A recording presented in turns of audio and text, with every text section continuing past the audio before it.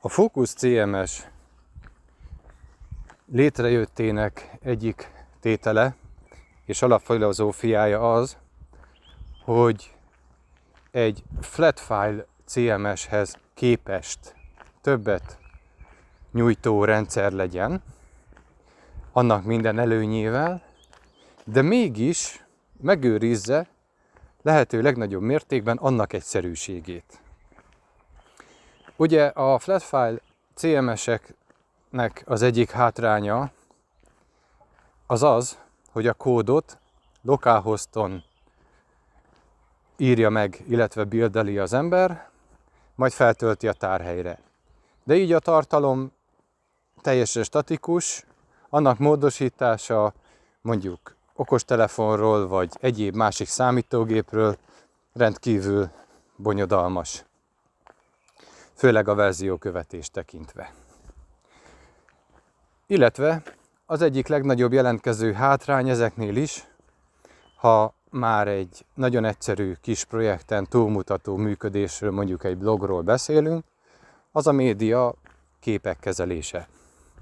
A fájloknak az elnevezése, feltöltése, azoknak a tartalomba illesztése, mind rengeteg adatot, illetve metaadatot igényel egyes esetekben. Így a legjobb, hogyha ez idézőjelben automatizáltan, dinamikus módon történik, és nem nekünk kell kézzel létrehozni valamilyen külső program segítségével, például a különböző méretű változatait egy-egy képnek, vagy ha mondjuk egy képalbumot szeretne valaki létrehozni, akkor ahhoz ne kelljen túl sokat programoznia. Nos, ehhez hasonló előnyöket fejben tartva készült el a Focus CMS, és azoknak lehet elsősorban egy kedvelt alternatíva, akik szeretik a Markdown kód használatát, szeretik a letisztultságot, szeretik, hogyha a szerkesztő részben nincs rengeteg mindenféle kód, ami egy idő után már követhetetlen és széttörik. Szeretik azt a szabadságot, hogy bármilyen elképzelésüket meg tudják valósítani, és így tovább. Nos, ahhoz, hogy valaki ezt használja hosszú távon, ahhoz nyilván meg kell ismerkedjen az egésznek a működésével, egy kicsit mélyrehatóbban, tehát nem kezdők számára készül dolog ez, úgy értem, hogy aki mondjuk egy WordPress-t se bír föltelepíteni, annak ez még inkább nem való, de tanulható. És ez a lényege. Dokumentációval effektív jelenleg nem rendelkezik a projekt. A kód maga a dokumentáció a logikus felépítése által.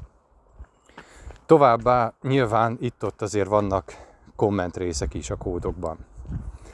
Dokumentációs forrásként továbbá videós tartalmak fognak szolgálni a jövőben, amellyel a tanulási görbe nagy mértékben lecsökkenthető, és úgy gondolom, hogy korszerű is.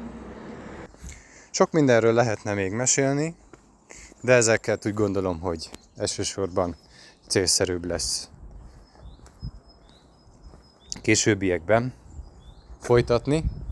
A következő lépés az egy általam létrehozott demo projekt és telepítő script bemutatása és annak használata, és annak mentén haladunk majd tovább,